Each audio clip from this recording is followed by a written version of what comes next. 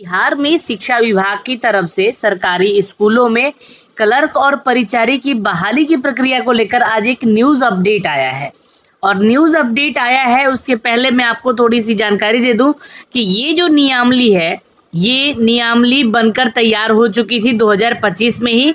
और यहाँ पर जो है पदों की संख्या में बढ़ोतरी होने की बात हो रही है। आज का ये नोटिफिकेशन उसी पे आधारित है, लेकिन यह जानकारी मैं आपको पहले बता दूं कि 2025 में ही इसका नोटिफिकेशन दिया गया था। ये नोटिफिकेशन इसके नियमावली को लेकर है। नियमावली में ये कहा जा रहा है कि ये जो नियमावली है बिहार राज्य सरकार विद्यालय परिचारी की जो नियुक्ति, सेवा शर्तें और अनुशासनिक कार्रवाई को लेकर तैयार की जा रही है और ये पूरे बिहार राज्य के लिए होगी। यही नहीं बल्कि इनकी जो परिभाषाएं दी गई हैं इनमें यह कहा गया है कि इस नियमावली में जब तक कि विषय या उसके संदर्भ में कोई विरुद्ध में कोई बात ना हो तब तक ये सरकार से विपरीत यानी कि बिहार राज्य सरकार से होगी। प्रशासनिक विभाग यानी कि शिक्षा विभाग इसका देखरेख करेगा। विद्यालय से अभिप्रेत होगा कि बिहार सरकार के द्वारा जितने भी संचालित जो भी विद्यालय है, चाहे वो नियंत्रित राजकीय हो, राज्यकृत हो, प्रोजेक्ट कन्या हो, राजकीय बुनियादी विद्यालय हो, जिसमें कि सभी उत्क्रमित और नव स्थापित जितने भी विद्यालय हैं, चाहे वो उच्च माध्यमिक विद्यालय भी हो, उसमें सम्मिलित होंगे। तो ये इन विद्यालयों में आपको कार्य करना होगा। ये जानकारी आपको दी गई थी, लेकिन वास्तविक संख्या का अभी आकलन ही किया जा रहा है। देखिए 17 बिंदुओं पर जानकारी यहाँ पर दी गई है आज के डेट में, और यह जानकारी हम आप तक साझा भी करेंगे, खबरों में चलेंगे और खबर भी बताएंगे।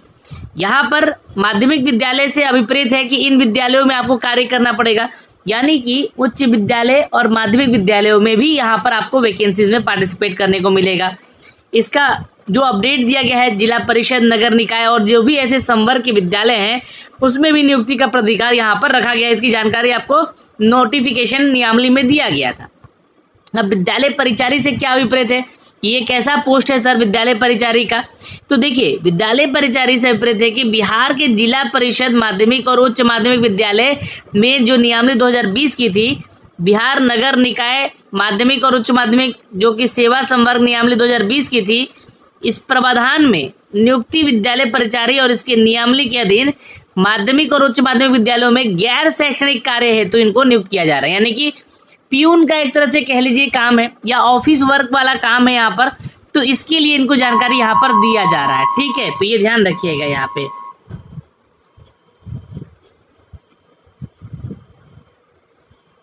और अगर हम बात करें यहाँ पर तो ऐसे विद्यालय सहायक के भी पद हैं जो कि नियमावली 2020 में ये बदलाव किया गया नियमावली 20 के लेकर यहाँ पर, और इनको जो है हर एक विद्यालय में कार्यरत होने के लिए भी अपडेट किया गया।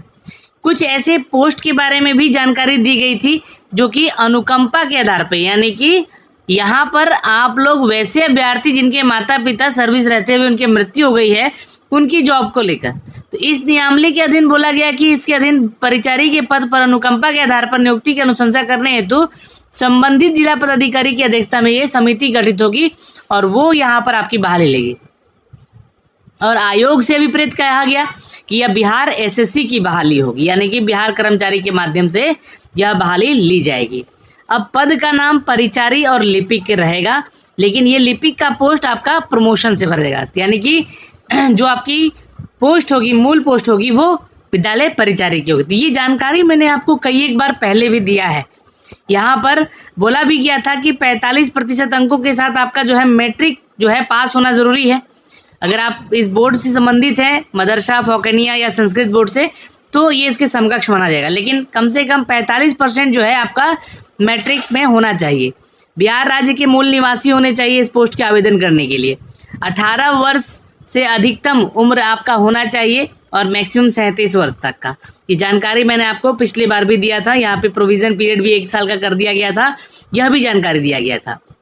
और स्थानांतरण की जो नीति है वो इस बार बदली जाएगी। हो सकता है कि बिहार शिक्षक का जैसा बन रहा है उसी के आधार पर आप लोग अभी दिया जाएगा, तो ये इसमें भी बदलाव अभी हो सकते हैं।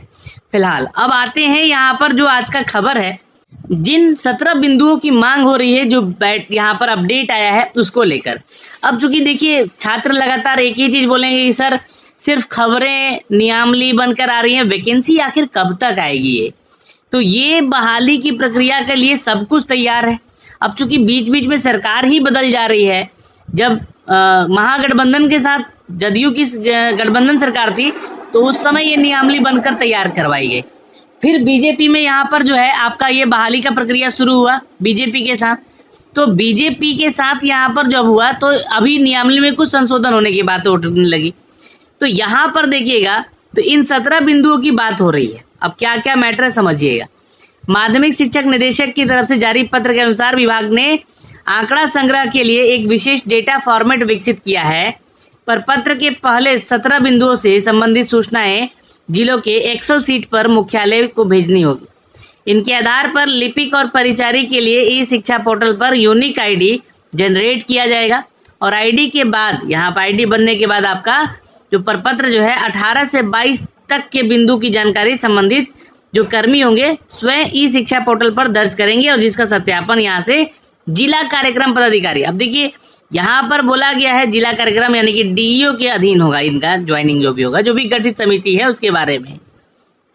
वास्तविक संख्या का अभी भी आकलन हो रहा है क्योंकि शिक्षा विभाग के सूत्रों के अनुसार यह प्रक्रिया राज्य भर में कार्यरत उन लिपिकों और परिचारियों की वास्तविक संख्या, रिक्त पदों तथा कर्मियों की आवश्यकता का सटीक आकलन अभी संभव होगा, उसके बाद ही यह बहाली आएगी। और मैंने आपको बताया नियमावली दिखलाया जिसमें कि पहला मूल कोटि जो होगा आपका वो क्या होगा तो परिचारी का होगा और इससे प्रमोशन होकर फिर लिपिक भरे जाएंगे।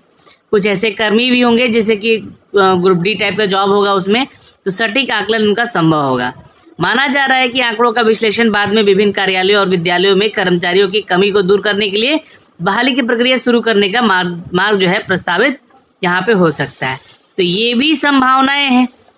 अब बिहार ने शिक्षा विभाग ने अपने कार्यालयों और स्कूलों में लिपिकों और परिचारियों की बहाली को लेकर जो प्रक्रिया शुरू कर दी है, इसको लेकर जिला शिक्षा पदाधिकारी और जिला कार्यक्रम पदाधिकारी जो कि एक सप्ताह से संबंधित जो भी कर्मी है, एक सप्ताह में संबंधित जो भी कर्मी है उनका आंकड़ा देने का निर्देश दिया है। तो एक सप्ताह के अंदर ये आंकड़े निकल कर अगर आ जाते हैं तो इन 17 बिंदु जो मांग है इस पे भी जारी सूचना है, इस पे भी ध्यान आकर्षित कराएगी और ई शिक्षा पोर्टल पर आपका एक यूनिक आईडी बनाया जाएगा वैसे लोगों का जो लोग अभी कार्यरत हैं। और इस पहल को भविष्य में कर्मियों की कमी का आकलन करके नई नियुक्तियों की तैयारी यहाँ पर की जाएगी। तो नई नियुक्ति की तैयारी में जोड़कर देखा जा रहा है रिक्तियों को जानकारी मिलने के बाद बहाली के लिए आगे की प्रक्रिया शुरू हो जाएगी। तो अभी प्रक्रिया ये है, फाइनली बता दूं आपको कि सब कुछ डेटा निकाला जा रहा है, कितने लोग कार्यरत है ये पता चल पाएगा। खाली पदों का आकलन होते ही इसको जोड़ा जा रहा है कि मतलब नई वैकेंसीज आपको स्कूलों में विद्यालय परिचारी या लिपिक का जो है आने का संभावना है, क्लर्क का कहिए तो, ठीक है। तो ये सारी जानकारियां थी दोस्तों जो कि हमने आप तक इस वीडियो के माध्यम से साझा किया है, जो कि आज की खबर में भी इसके विश्लेषण किया गया है, मैंने आपको ये जानकारी दी है। तो अभी के लिए इस वीडियो में इतना ही। और एक आपको लिस्ट मैंने पहले भी दिखाया था कि डिस्ट्रिक्ट वाइज जो है ये आंकड़ा भी दिया गया था 2025 में ही, ठीक है, किस जिले में कितना कितना सीट यहाँ पर है, तो वो भी आप लोग देख लीजिएगा। और अभी के लिए इस वीडियो में इतना ही। जैसे ही वैकेंसीज का अपडेट आएगा हम आप तक साझा भी करेंगे। जय हिंद।